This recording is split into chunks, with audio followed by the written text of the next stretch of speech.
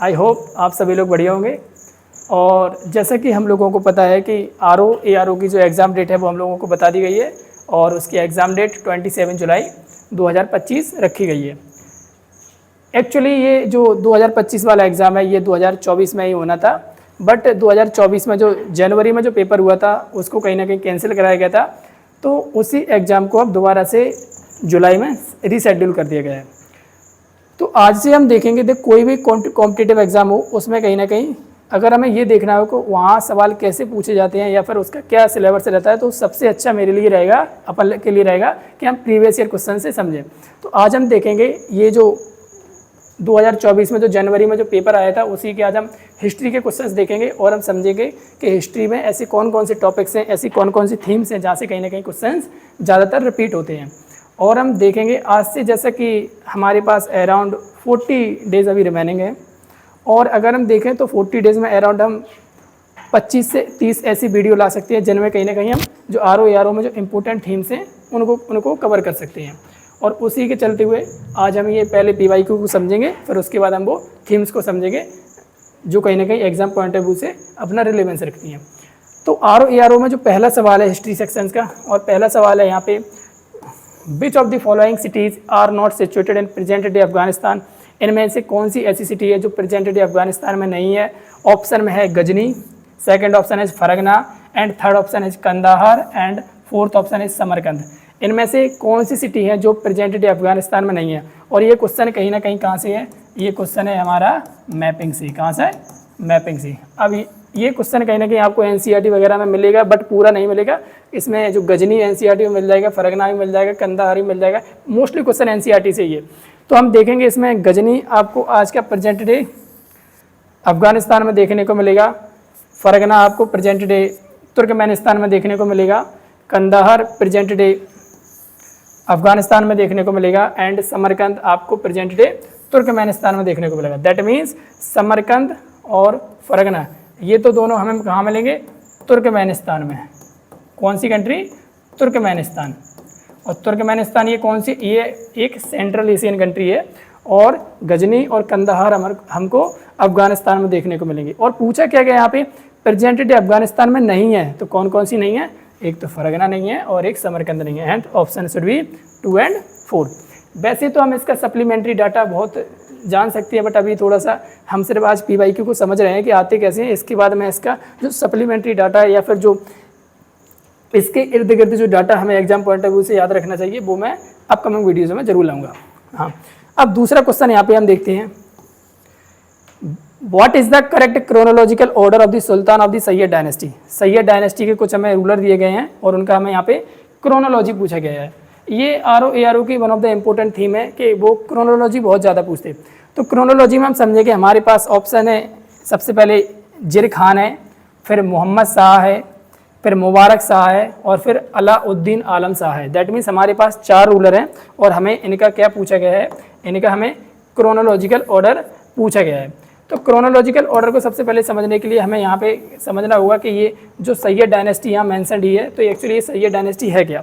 तो समझना चाहिए Syed dynasty it's a part of the Delhi सल्तनत है। ये किसका पार्ट है, ये दिल्ली सल्तनत का पार्ट है। और हम लोगों को पता है कि दिल्ली सल्तनत में टोटल 5 डायनेस्टी ने रूल किया है। स्टार्टिंग से बात करें 1206 से लेके अराउंड 1526 के आसपास तक जो दिल्ली सल्तनत कहीं ना कहीं मानी जाती है।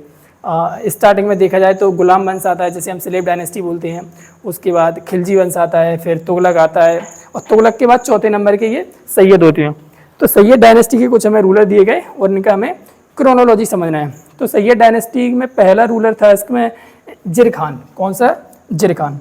पहले रूलर का नाम रहेगा यहाँ पे जिर खान। पहला रूलर रहेगा जिर खान।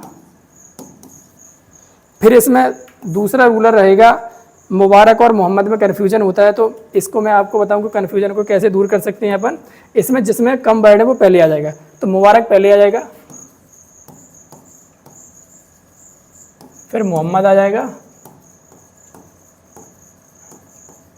जिर Khan, Mubarak, Mohammad, and Alauddin Alam Shah. Yes,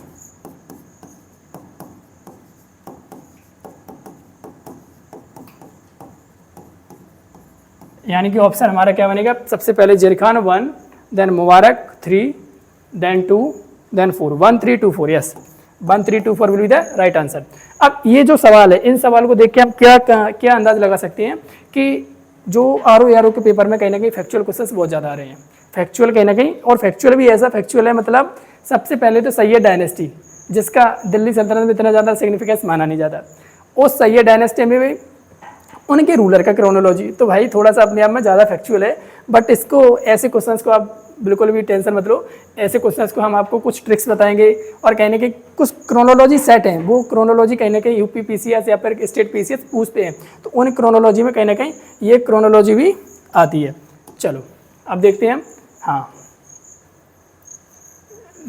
sorry रुकना थोड़ा,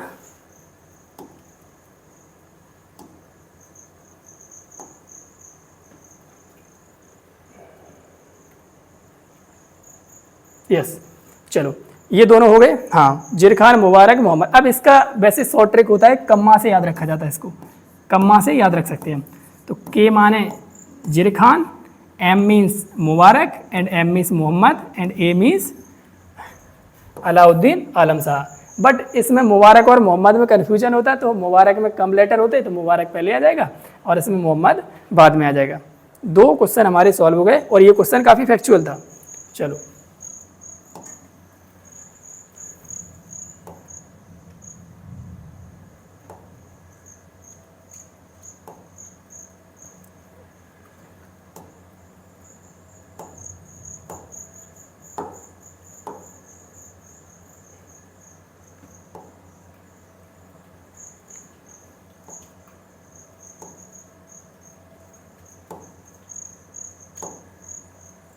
yes, next question is match list 1 and list 2। इसमें हमारे कुछ डांस दिए गए हैं और कुछ स्टेट, तो मतलब ये कहीं ना कहीं आर्ट एंड कल्चर का सवाल है, और इसमें कुछ क्लासिकल डांस है और उनका स्टेट पूछा गया है। सबसे पहले है भारतनाट्यम। अब भारतनाट्यम हम लोगों को पता है कि भारतनाट्यम कहीं ना कहीं कहाँ से कहाँ देखा जाता है, भारतनाट्यम देखा जाता है प्रेजेंट डे तमिलनाडु में, भारतनाट्यम तमिलनाडु में होगा। कुचिपुड़ी आंध्र प्रदेश के रहेगा, सत्रिया आसाम का होगा, कथक उत्तर प्रदेश का हुआ, और कथक से कन्फ्यूजन नहीं होना किसमें, कथकली। कथकली अगर आता तो कथकली कहाँ का होता है, केरल का होता है। ये पांचों क्या है, ये पांचों हैं क्लासिकल डांस। अब यहाँ से हमने क्या थीम निकाली कि कहीं ना कहीं डांस, पेंटिंग्स और ये क्या म्यूजिक, कहीं ना कहीं ये इंपॉर्टेंट थीम बन चुके हैं आर ओ के। तो यहाँ हम देखेंगे, अब इसमें 2-3 बातें आपको याद रखनी चाहिए, सप्लीमेंट्री के तौर पर समझ सकते हैं कि जो क्लासिकल डांस है इनका सबसे पहले अपन को जो नॉलेज है वो कहाँ से मिलती है। तो क्लासिकल डांस कहीं ना कहीं ऐसे डांस होते हैं, इनके लिए प्रॉपर एक घराना वगैरह बनाया जाता है, इनके लिए प्रॉपर एक कोड ऑफ कंडक्ट होता है कि मतलब ये सिर्फ इन्हीं कंडीशन में करे जाएंगे, ये मतलब ऐसे नहीं है कि कहीं भी हमें करने लगे। चलो तो हम देखेंगे यहाँ पे कथक उत्तर प्रदेश का है, भारतनाट्यम तमिलनाडु का है, कुचिपुड़ी आंध्र प्रदेश का है, और यहाँ मैंने बताया था आपको कथकली का ध्यान रखना है, कथकली कहाँ का है, केरल का है। और जो यहाँ पे सत्रिया में थोड़ी बात याद रख लो कि सत्रिया कहीं ना कहीं ये 2000 में ऐड हुआ था एज अ क्लासिकल डांस, और ये इनको ऐड करने का काम कौन करता है, संगीत नाटक अकेडमी, जिसे अपन शॉर्ट में SNA भी बोलते हैं। SNA मतलब संगीत नाटक अकेडमी। चलो ये क्वेश्चन हो गया।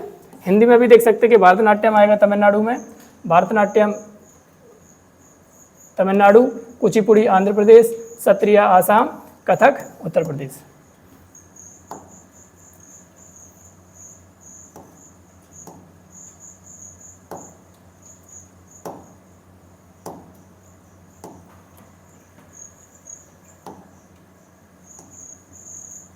Yes, next question is given below are the two statement in which one is labeled as assertion। हाँ ये है assertion रीजन। अब assertion और रीजन जैसे सवाल आते हैं तो ये सवाल कहीं ना कहीं एक प्रॉपर अंडरस्टैंडिंग की डिमांड करते हैं कि एक्चुअली में आपको उस टॉपिक के बारे में अच्छी सी जानकारी है या नहीं है। तो सबसे पहले assertion क्या है, राजा Ram Mohan Roy was the editor of संवाद कौमुदी अब बंगाली वीकली। बिल्कुल सही बात है।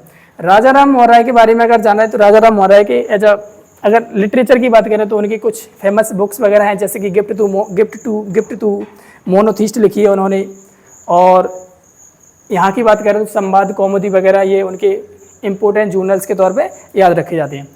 तो राजा Ram Mohan Roy was editor of संवाद कौमुदी अब बंगाली वीकली। यस, राजा राम मोहन राय ने कहीं ना कहीं तो संवाद कौमुदी करके एक पत्रिका थी, इसको निकाली थी। और इसको भी अगर हम उसकी बात करें तो 1821 में his article condemning the custom of window burning were published in it. मतलब जो कहीं ना कहीं वो विधवा जलाने के अगेंस्ट में रहते थे, विधवा जलाने के खिलाफ में रहते थे, इस मैगजीन में कहीं ना कहीं वो लिखते थे कि विधवा को मतलब कहीं ना कहीं जो अपने यहाँ जो सती है वो कहीं ना कहीं गलत है। तो ये सही है या गलत है इसको समझेंगे तो ये एकदम बात सही है कि राजा राम मोहन राय कहीं ना कहीं अगेंस्ट सती प्रैक्टिस थे। और 1829 में इन्होंने मल्टीपल पेटिशन डाली थी। उस टाइम पे जो गवर्नर जनरल रहा करते थे विलियम बेंटिक, तो विलियम बेंटिक को इन्होंने मल्टीपल पेटिशन डाली और कहा कि भाई ये प्रैक्टिस गलत है, इसको कहीं ना कहीं हटाया जाए। तो विलियम बेंटिक को इनकी बात समझ आई और कहीं ना कहीं 1829 ये होता सप्लीमेंट्री डाटा, ये अब आगे पूछा जा सकता है। 1829 वो साल थी जब राजा Ram Mohan Roy plus William Bentinck ने दोनों ने मिलकर सती को एज अ इलीगल प्रैक्टिस घोषित कर दिया गया। ठीक है, तो दोनों बातें सही हैं, सही है। राजा राम मोहन राय के बारे में जाना जाए तो ये कहीं ना कहीं ये एक इम्पोर्टेंट, ये खुद में एक इम्पोर्टेंट टॉपिक बन जाता है, इसको हम कहीं बाद में देखेंगे। 4 किताबें दी गई और 4 किताबों में पूछा गया कि कौन सा सही है। तो फुतूहुस सलातिन, फुतूहुस सलातिन ये किसकी द्वारा किताब है?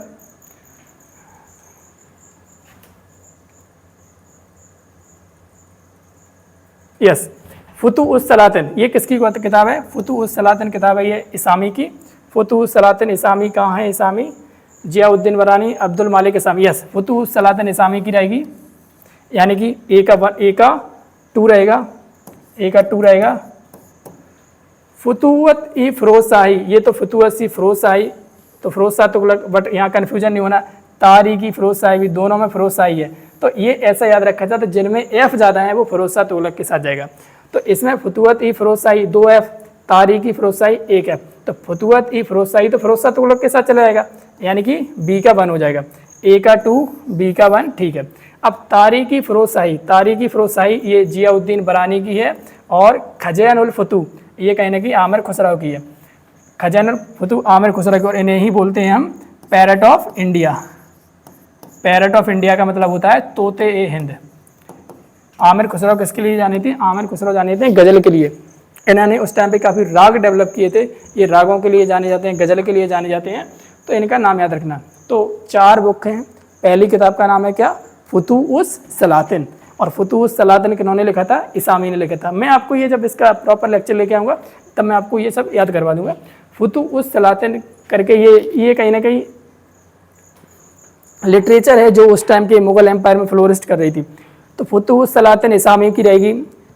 फुतूवती फिरोज शाही 2 बार एफ आया, तो मैंने बताया था 2 बार एफ आएगा तो किसके साथ जाएगा? फिरोज शाह तुगलक के साथ जाएगा। अब तारीखी फिरोज शाही कहाँ के जाएगा? तारीखी फिरोज शाही जाएगा अब्दुल मालिक इसामी तो हो गया, फिरोज शाह तुगलक हो गया जियाउद्दीन वरानी के साथ, और बचा कुचा कौन सा? खजैन उल फतू, और खजैन उल फतू किसके साथ जाएगा? आमिर खुसरो के साथ।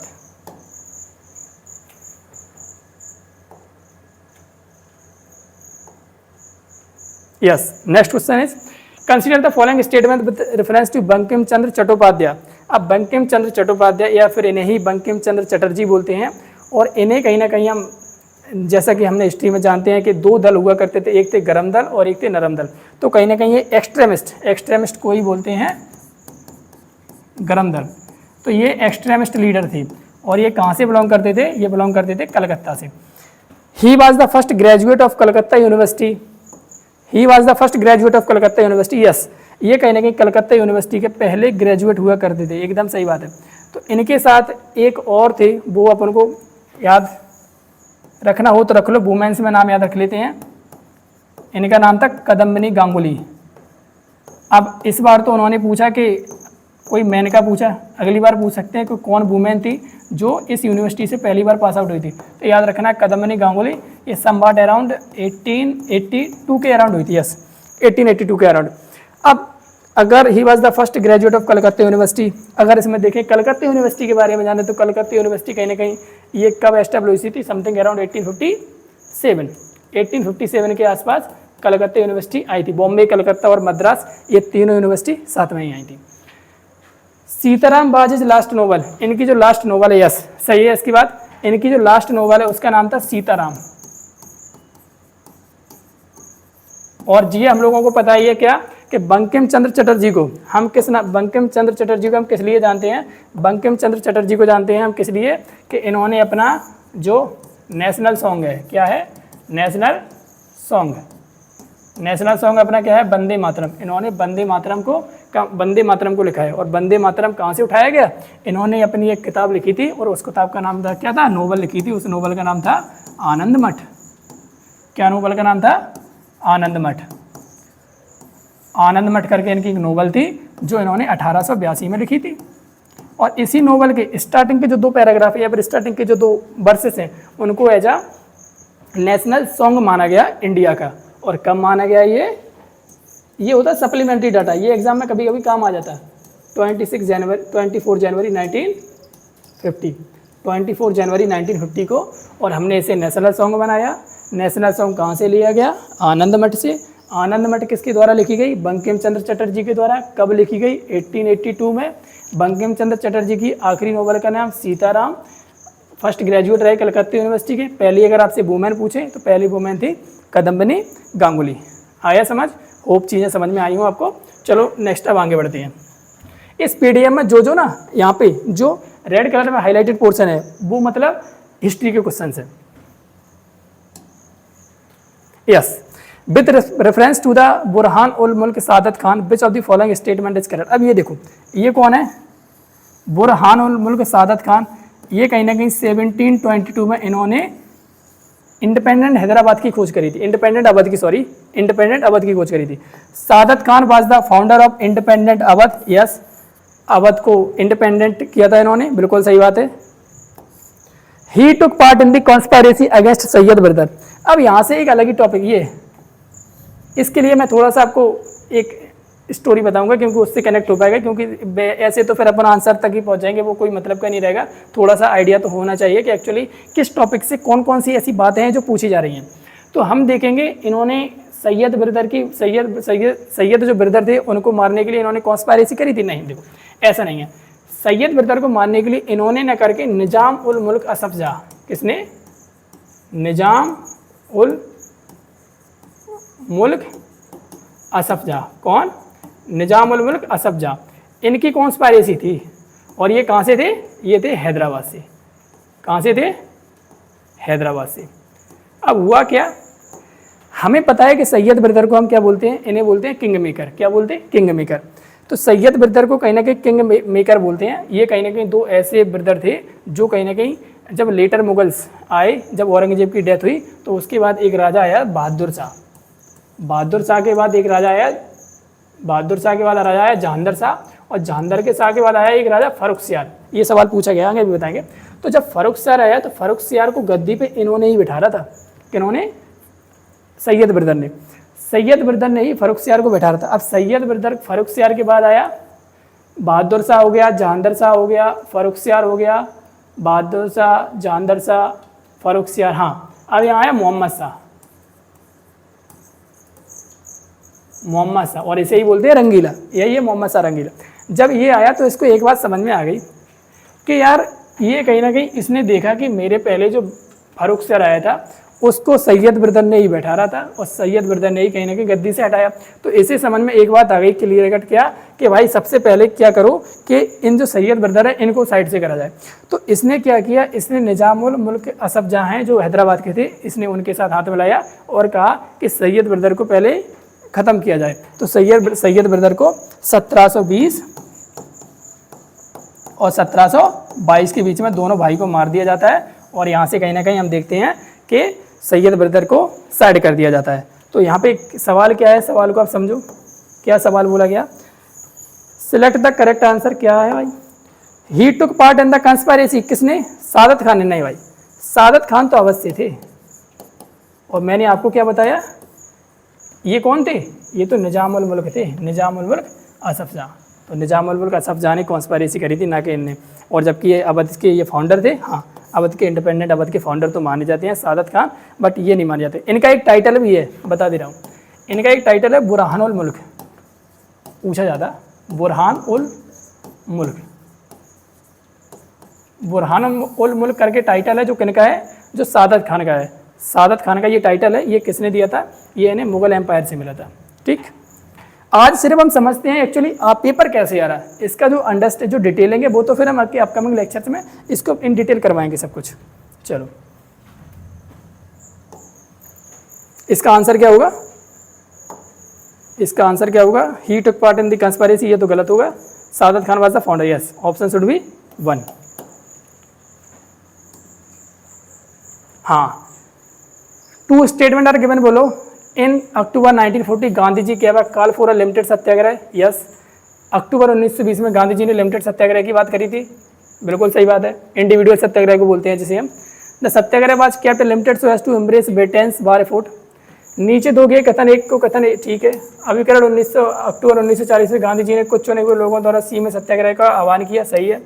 यह सत्याग्रह इसलिए सीमित रखा गया ताकि ब्रिटेन के युद्ध प्रयासों को ठेस पहुंचे। भाई यहाँ पे एग्जामिनर खिल गया, ठेस पहुंचे नहीं, यहाँ ठेस ना पहुंचे, एक्चुअली समझ लो।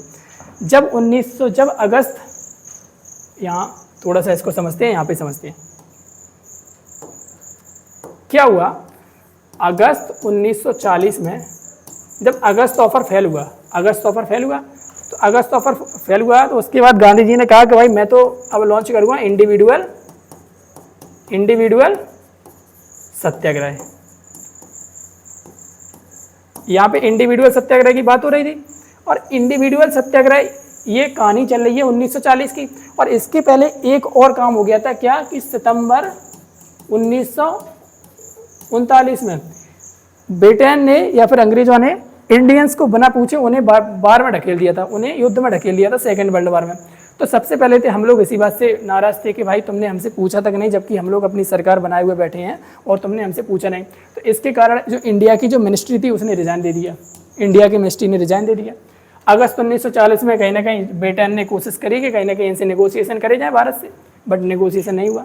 गांधी जी ने फिर यहाँ इंडिविजुअल सत्याग्रह की बात करी कि हम इंडिविजुअल सत्याग्रह का मतलब क्या था, हम कोई लीडर्स को चुनेंगे, उस लीडर्स को बताएंगे कि आपको क्या करना है। वो लीडर बोलेगा, क्या बोलेगा, वो पब्लिकली बोलेगा कि हम ब्रिटेन सरकार की हुकूमत को नहीं मानेंगे, हमें युद्ध में ढकेला गया, ये गलत है, ब्रिटेन हमारे के खिलाफ गलत काम कर रहा है, हमें आज़ादी चाहिए। वो पब्लिकली ऐसी बातें बोलेगा, और इसी के तहत इंडिविजुअल सत्याग्रह लॉन्च किया गया। अब यहाँ सबसे बड़ा सवाल होता है, इंडिविजुअल सत्याग्रह, बहुत से लोग बोल रहे थे गांधी जी से, गांधी जी इंडिविजुअल सत्याग्रह नहीं, हमें एक प्रॉपर एक बड़े लेवल पे सिविल डिसोबीडियंस मूवमेंट स्टार्ट करना चाहिए। बट वहाँ गांधी जी को थोड़ी दया आ गई इन लोगों पे, और गांधी जी ने कहा नहीं, इस टाइम पे कहीं ना कहीं ब्रिटेन लड़ाई में है और हम इसे और परेशानी में नहीं डाल सकते। यानी कि ब्रिटेन जो युद्ध फूट लगा रहा है, हम उनके जो युद्ध के प्रयास लगा रहा है, हम उनको बेकार नहीं कर सकते। और इसी के साथ गांधी जी ने कहा कि हम इंडिविजुअल सत्याग्रह तक ही रहेंगे, ठीक है। हाँ, तो यह सत्याग्रह इसलिए सीमित रखे गए ताकि ब्रिटेन के युद्ध प्रयासों को ठेस ना पहुंचे। यहाँ क्या आएगा, ठेस ना पहुंचे। तो पहला तो गलत हो गया, कारण गलत है। अक्टूबर 1940 में गांधी जी ने कुछ चुने हुए लोगों द्वारा सीमित सत्याग्रह का आह्वान किया, यस, कुछ चुने हुए लोगों को। अब स्टेट पीसीएस पूछते हैं यहाँ से कि इंडिविजुअल सत्याग्रह में पहले ऐसे कौन से सत्याग्रह थे जिन्हें चुने गए।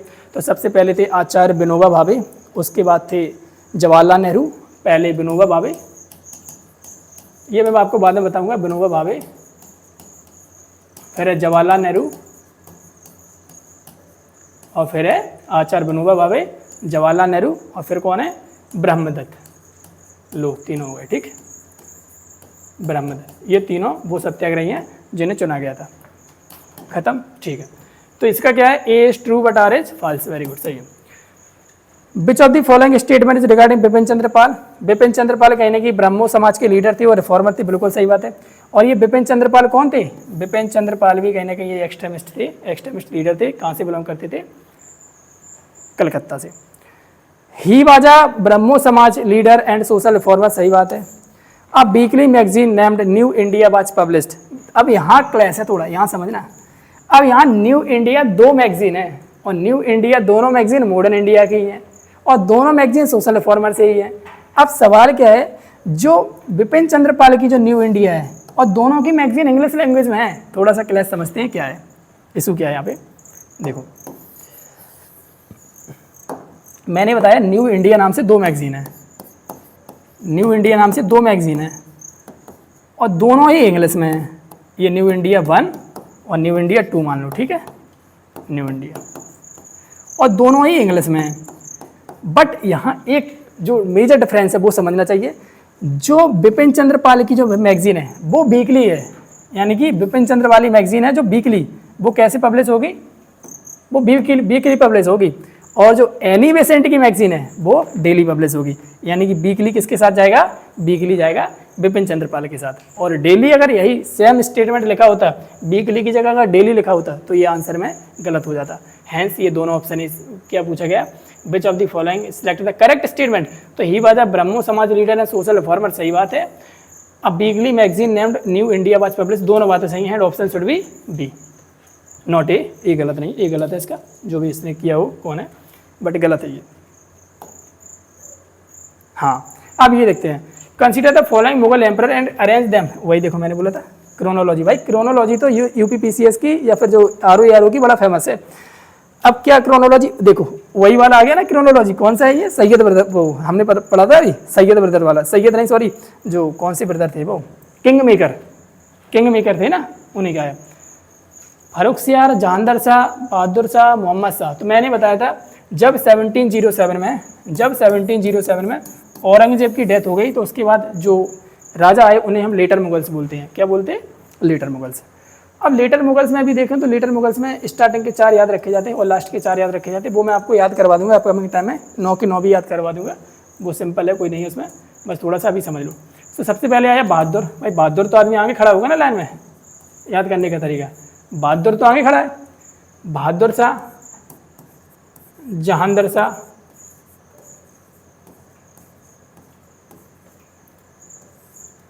बहादुर शाह, जहांदर शाह, फर्रुखसियार, और यही वो फर्रुखसियार है जिसे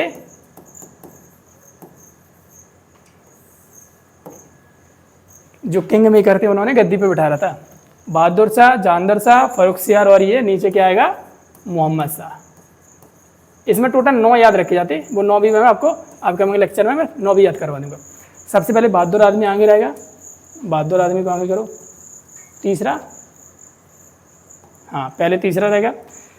बहादुर के बाद जो पीछे बैठा वो बोला भाई मेरे तो पास जान आ गई, अगर ये आगे चला गया क्योंकि अब ये बच गया, तो बहादुर शाह, जहांदर शाह हो गया। बहादुर शाह के बाद Jahandar Shah, then Farrukhsiyar and then Mohammad Shah. तो ऑप्शन क्या होगा यहाँ पे, 3 2 1 4, 3 2 1 4, option should B A, yes.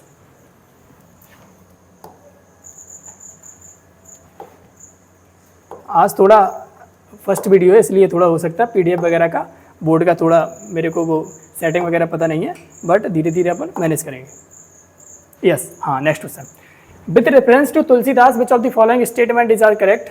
Tulsidas was born in a village. Tulsidas, अब यहाँ से हमने क्या, यहाँ से हमारी एक थीम निकल आई, कौन सी, भक्ति मूवमेंट।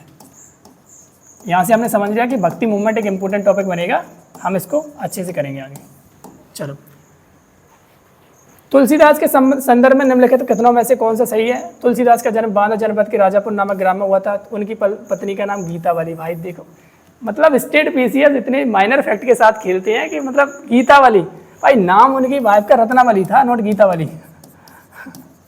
तो ये भी है भाई, मतलब क्या ही पूछना चाह रहे, मतलब बहुत factual. His wife name was Gitavali, Gitavali नहीं, Ratnavali. Tulsidas was born in a village named Rajapur in Banda. Yes, ये सही है। तुलसीदास राजापुर करके जो गांव है वहाँ बंदर डिस्ट्रिक्ट में, और इन्हीं के नाम पे एक वहाँ के घाट का नाम रखा गया है, 80 घाट, उसे बोलते हैं 80 घाट। 80 घाट, 80 घाट का नाम कहीं ना कहीं इन्हीं के नाम पर रखा गया, तुलसीदास के नाम पे। His wife name was Gitavali, हाँ, और इनकी मम्मी का नाम तुलसी वगैरह था, बट वो अपन को नहीं जानना भी। तुलसीदास राजापुर करके जगह है बंदा डिस्ट्रिक्ट में, वहाँ पैदा हुए थे, सही है। तुलसीदास के बारे में एग्जाम पॉइंट ऑफ व्यू से थोड़ा सा समझ लो।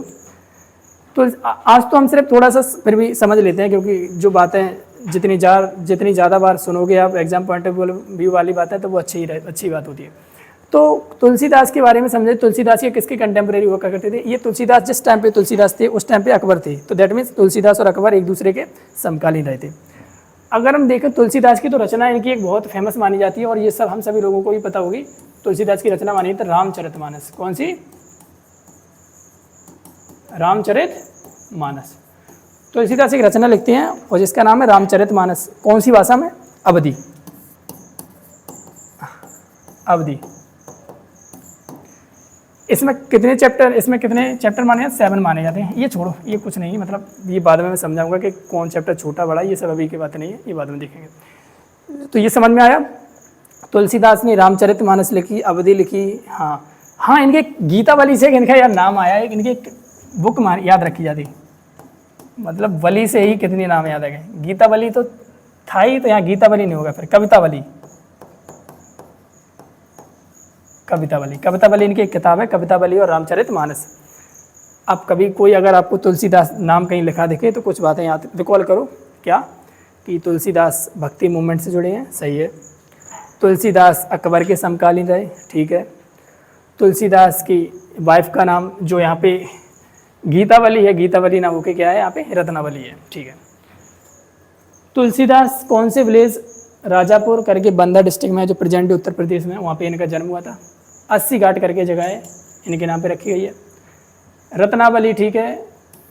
इसका मैं शायद क्लियर नहीं हूँ, 80 घाट तुलसीदास का, हाँ आई थिंक इन्हीं का है। तुलसीदास और कबीरदास में थोड़ा कन्फ्यूजन क्रिएट हो रहा है, आई थिंक 80 घाट इन्हीं का है, ठीक है। हाँ, रामचरितमानस लिखी है इन्होंने, अवधी लैंग्वेज में लिखी है, जिसमें 7 चैप्टर हैं।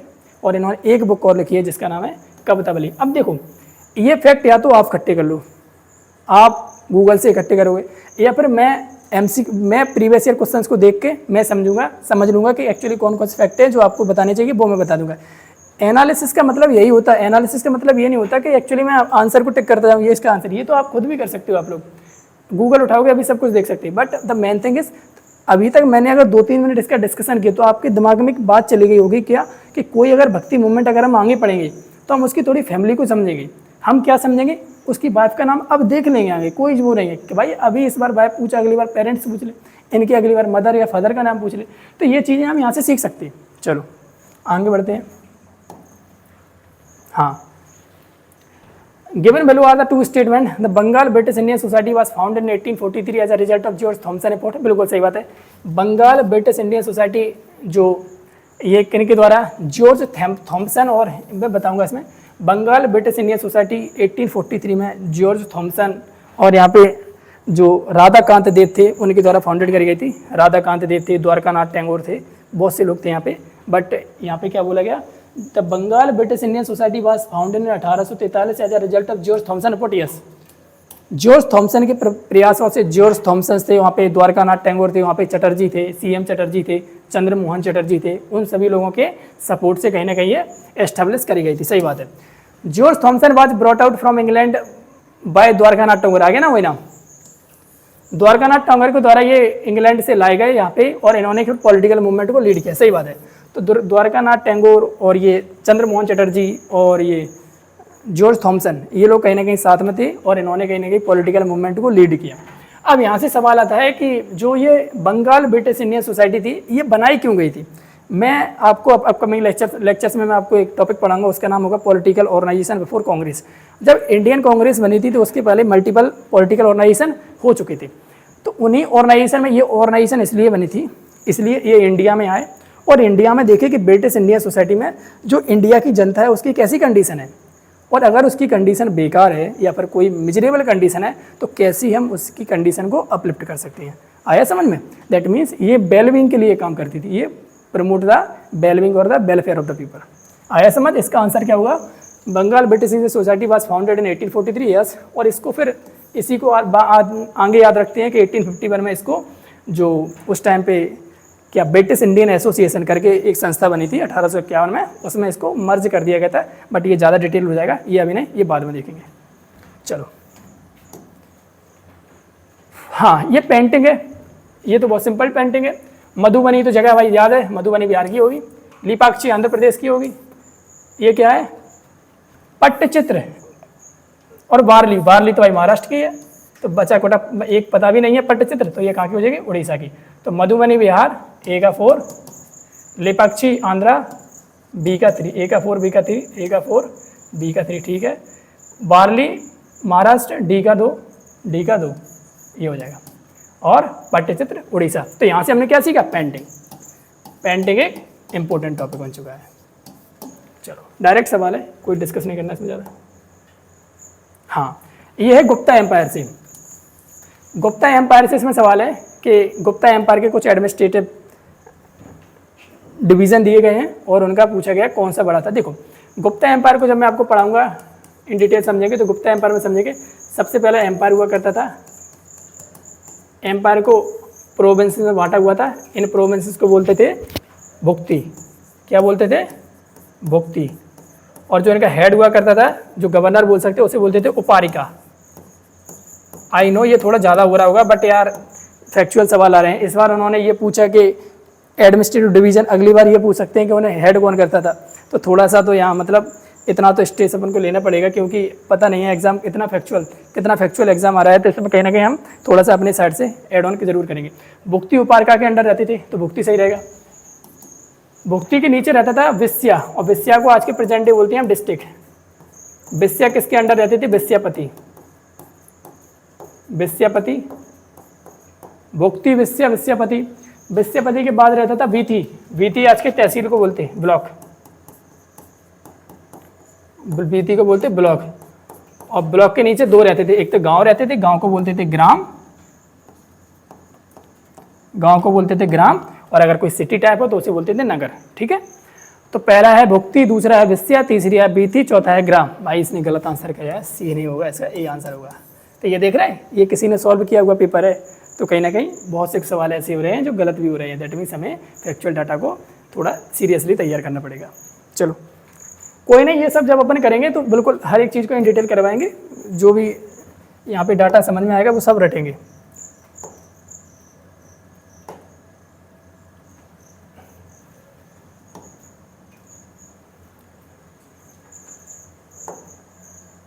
Yes, census for the first time in India was conducted during. सबसे पहले सेंसस किसके टाइम हुआ था? तो ये सबको पता है भाई कि सबसे पहले मायो आया था। मायो आया, मायो के बाद लिटन आया, और लिटन के बाद रिपन आया। रिपन, ठीक। मायो के टाइम पे 1872 में सेंसस पहली बार हुआ तो था, लेकिन रेगुलर यहाँ से स्टार्ट नहीं हुआ था। रेगुलर हुआ था रिपन के टाइम से, 1881 से। तो सेंसस का दो तरीके से सवाल आता है। अगर कोई पूछे पहली बार सेंसस तो लॉर्ड मायो के टाइम पे, और सेंसस रेगुलरली कब से? तो लॉर्ड रिपन के टाइम से। ठीक है, तो लॉर्ड मायो। और डफरिन कौन था? ये डफरिन वो था जिसके टाइम पे इंडियन नेशनल कांग्रेस बनी थी। लॉर्ड लिटन कौन था? ये 1880 से 1884 के आसपास रहा था। इसी के टाइम पे जो वर्नाकुलर प्रेस एक्ट है वो रिपील करा गया था। इसी के टाइम पे हंटर कमीशन आया था एजुकेशन के लिए। इसी के टाइम पे जो क्या बोलते हैं वो इलेवेटेबल जो कंट्रोवर्सी थी ना, इलेवेटेबल कंट्रोवर्सी, वो भी इसी के टाइम पे हुई थी। ये सब डाटा अपन करेंगे, जब कंप्लीट करेंगे तो सब अच्छे से करेंगे। अभी तो बस थोड़ा समझ। हाँ, ये और देखो, lex loci act, Bengal tenancy act, age of consent act, ये समझते हैं। लेक्स लोकी एक्ट आया था 1850 में, बंगाल टेनेंसी एक्ट आया था 1885 में, एज ऑफ कंसेंट एक्ट आया था 1892 में, और यूनिवर्सिटी एक्ट आया था 1904 में। समझ लें, इनको समझाते हैं। लेक्स लोकी एक्ट क्या बोलता था? इसे लेक्स लोकी एक्ट का मतलब क्या होता था? अगर मैं हिंदू हूँ और मैं बाद में मुझे रिलीजन बदल के अगर मैं क्रिश्चियन बन जाऊँ, तो मेरा जो इनहेरिटेंस राइट है, इनहेरिटेंस मतलब मुझे अपने जो पेरेंट्स की प्रॉपर्टी है वो पेरेंट्स की प्रॉपर्टी नहीं मिलेगी। ये पहले बोला था, लेकिन लेक्स लोकी एक्ट आया, उसने बोला ये सब गलत है। और कहने कि अब अगर कोई बंदा हिंदू से अगर क्रिश्चियन भी बनता है तो उसका इनहेरिटेंस राइट रहेगा, कोई लड़का हो या फिर लड़की हो, जो भी हो, उनका इनहेरिटेंस राइट तो रहेगा। ये कब आया था? 1850 में। ठीक है, बंगाल टेनेंसी एक्ट आया था 1885 में। इसका मतलब क्या है? बंगाल टेनेंसी एक्ट का मतलब यह था कि देखो 1793 में परमानेंट सेटलमेंट आ गया था, और परमानेंट सेटलमेंट हम लोगों को पता है कहीं ना कहीं पीजेंट के लिए तो काफ़ी ऑपरेसिव था। तो यहाँ जमींदार ने मतलब पीजेंट्स की बिल्कुल हालत ख़राब करके रख दी थी। तो वहीं पीजेंट्स को थोड़ा सा राइट मिले, पीजेंट के हक में ये बंगाल टेनेंसी एक्ट आया था 1885 में। एज ऑफ कंसेंट एक्ट आया था 1892 में। इसमें क्या बोला गया था? एज ऑफ कंसेंट एक्ट में बोला गया था कि अगर आपको कोई सेक्सुअल इंटरकोर्स करना है कोई लड़की के साथ या फिर कोई वुमेन के साथ, तो उसकी जो कंसेंट की एज थी वो कंसेंट की एज 1890 से बढ़ा के 1892 कर दी गई थी। ठीक है, 1892 में तो ये एक्ट आया था, और इसमें जो एज थी वो 10 ईयर से लेके 12 कर दी गई थी, 10 से 12। ठीक है, यहाँ नाम याद रखे जाते हैं कुछ सोशल रिफॉर्मर्स के, वो बाद में बताएंगे। इंडियन यूनिवर्सिटी एक्ट आया था 1905 में, और ये किसकी रिकमेंडेशन पे आया था? क्योंकि 1901 में 1902 में एक गवर्नर जनरल थे उस टाइम पे थे लॉर्ड कर्जन, ध्यान करो बंगाल का पार्टीशन 1905। तो बंगाल के पार्टीशन के टाइम पे लॉर्ड कर्जन थे, उन्होंने एक कमीशन अपॉइंट किया था जिसको बोलते हैं रलेज कमीशन। आई नो थोड़ा डाटा ज़्यादा हो रहा होगा, बट आज तो समझ लो, फिर मैं कल से आपको हर एक चीज़ को बिल्कुल पॉइंट कनेक्ट करके बताऊंगा। तो रलेज कमीशन ने बोला यार इंडिया की यूनिवर्सिटी की हालत ख़राब है, इंडिया की जो यूनिवर्सिटी है उनको देखो, चेक करो क्या दिक्कत आ रही। तो रलेज कमीशन ने कहा भाई दिक्कत ये है और ये एक्ट पकड़ो, और उन्होंने अपनी कुछ रिकमेंडेशन बताई। उन रिकमेंडेशन के बेसिस पे वहाँ एक एक्ट लाया गया और उस एक्ट को बोलते हैं इंडियन यूनिवर्सिटी एक्ट। समझ में आया? अब कोई पूछे लेक्स लोकी एक्ट किस लिए, कि अगर हिंदू से क्रिश्चियन बनना है तो हमें प्रॉपर्टी मिलती रहे। बंगाल टेनेंसी एक्ट इसलिए पीजेंट की थोड़ी हालत सुधरे। एज ऑफ कंसेंट एक्ट, जो अगर सेक्सुअल इंटरकोर्स की जो एज थी वो पहले 10 ईयर थी, अब वो 12 ईयर कर दी गई। इंडियन यूनिवर्सिटी एक्ट क्या, कि इंडिया की जो एजुकेशन सिस्टम है उसको थोड़ा सा रिफॉर्म करा जाए। Which statement is are correct regarding the book Mirat Sikandari? Mirat Sikandari there is a description of the happiness and the prosperity of the kingdom of the sultan Mahmudiya. Mirat Sikandari ये समथिंग अराउंड आपका 1611 के आसपास लिखी, 1611 या फिर 1610 के आसपास। उस टाइम पे आई थिंक कंटेम्प्रेरी कौन रहा होगा मुगल्स में, 1611 और 1610 की, हाँ जहांगीर रहा होगा, क्योंकि यही तो वो टाइम है जब वो विलियम हॉकिंस वगैरह आए थे। हाँ तो ठीक है, सही है। तो 1611 और 1610 के आसपास लिखी गई थी। और इसमें अब ये ऐसे सवाल प्रॉपरली सच बताऊं तो ऐसे सवाल छोड़ने के लिए ही आते हैं एग्जाम में। ऐसे सवाल आप पे नहीं, ये मोस्ट ऑफ द किसी पे नहीं बनते, ऐसे सवाल बस कॉमन सेंस से बनते हैं। बट जब अपन पढ़ेंगे तो मैं आपको बताऊंगा ऐसे सवाल को कैसे अपन कॉमन सेंस से सॉल्व कर सकते। उसमें इसमें गुजरात के सुल्तान महमूद बेगड़ा के राज्य की सुख समृद्धि का वर्णन है। भाई कोई किताब है तो उसमें सुख समृद्धि, भाई प्रॉस्पेरिटी के बारे में बताई। हर कोई क्या चाहेगा कि हम अपनी किताब में अपने राजा की तारीफ करें, हम अपनी किताब में अपने किंगडम की तारीफ करें। तो इसमें गुजरात के सुल्तान महमूद बेगड़ा के राज्य की सुख समृद्धि का वर्णन हो सकता है। इसमें व्यापारिक रूट, अच्छा मार्गों की सुरक्षा का उचित प्रबंधन वर्णन है, बिल्कुल दोनों बात सही है। There is a description of the proper arrangement of security, भाई सिक्योरिटी का बात करी गई वहाँ पे, और बोला गया कि जो सुल्तान महमूद हैं, जो सुल्तान महमूद बेगड़ा हैं गुजरात के, इनके टाइम पे प्रॉस्पेरिटी अच्छी खासी देखने को मिली। दोनों बातें सही है और ऐसे सवाल कॉमन सेंस से करे जाते हैं। अगर मैं भी रियल एग्जाम में बैठता तो मैं भी बोथ 1 और 2 के साथ जाता, क्योंकि इसमें कोई वो ही नहीं है कि मतलब कोई इसका अंत नहीं है कि क्या कितना पढ़ा जाए इसमें। चलो नेक्स्ट देखते हैं, एक सवाल और है। इनमें फेस्टिवल दिए गए और फेस्टिवल में पूछा गया कौन सा फेस्टिवल कहाँ मनाया जाता है। हॉर्नबिल, और ये तो अब ये तो वैसे ही करते हैं, चलो हॉर्नबिल और संगाई, फ्लैमिंगो। फ्लैमिंगो तो एक बर्ड का नाम है, और हेमिस। अब क्या क्या पता है आपको, आप कैसे देखो कैसे कनेक्ट कर सकते हैं। अगर आपने ज्योग्राफी पढ़ा हो, आपने पढ़ा होगा हेमिस नेशनल पार्क, और ये कहाँ है, लद्दाख और जम्मू एंड कश्मीर में। तो इसमें कोई लद्दाख मिल गया, ऐसे कनेक्ट हो जाती चीज़ें। दैट मीन्स हम डी का 3 जाएगा, डी का 3 कहाँ जाएगा, लो, एक के ऑप्शन से काम हो गया। तो ऐसे भी ये स्मार्ट होता है, ये स्मार्ट वर्क बोलते हैं इसे। और इसमें भी ऑब्वियस स्मार्ट नहीं, क्योंकि मुझे हेमिस तो पता होना ही चाहिए, तो कहीं ना कहीं हार्ड वर्क तो लगेगा ही, बट स्मार्ट कहीं ना कहीं काम आ गया कि नहीं। तो 3 हम छोड़ भी सकते हैं, बट एक से हमारा काम हो जाएगा। हॉर्नबिल ये बर्ड है, और हॉर्नबिल कहाँ की है, आंध्रा, मणिपुर, लद्दाख। हाँ हॉर्नबिल नागालैंड की रहेगी। और संगाई या फिर डांसिंग डियर ये कहाँ पाया जाता, ये ज्योग्राफी से सवाल हो रहा सवाल। संगाई या फिर डांसिंग डियर ये कहाँ पाया जाता है, ये पाया जाता है मणिपुर में। और मणिपुर में कौन सी लेक है, लोकटक लेक है। तो ये कहाँ आ जाएगा, है मणिपुर, हाँ है तो मणिपुर। फ्लैमिंगो बचा, फ्लैमिंगो कहाँ जाएगा, नागालैंड हो गया, लद्दाख हो गया, मणिपुर हो गया, आंध्र प्रदेश।